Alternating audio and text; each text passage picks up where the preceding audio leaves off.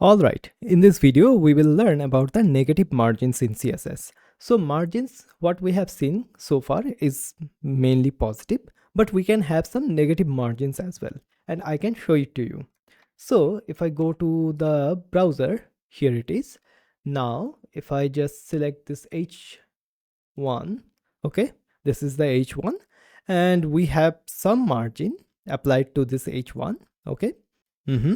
So now, okay, so for example, what I want right now, I want this box should be going over this text of heading. So how I can do that? I can do that by using negative margins. So if I just go here, so H1, that was the H1, right? And in case if you have forgotten, yep, this is the H1.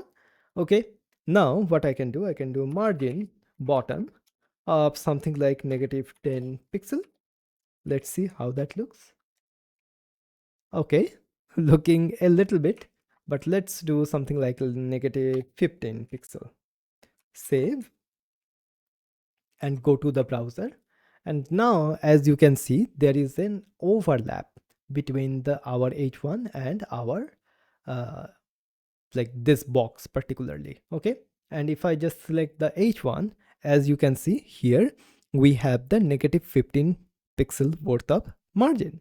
Okay, so margins can be negative as well. So whenever you want to squish together some of the elements, you can use negative margins to do that, and we usually use negative margins for that. Okay, so yeah, this is basically that. So margins can be negative, and this margin, what I have set, like margin top, margin bottom, and also in the regular one, like this particular syntax, the general margin syntax, which we have the shorthand syntax, we can use the negative margins as well. If I do that, yeah, so it is squished up and the margin is totally gone. Okay, so yeah, this is basically that. So it is the negative margin.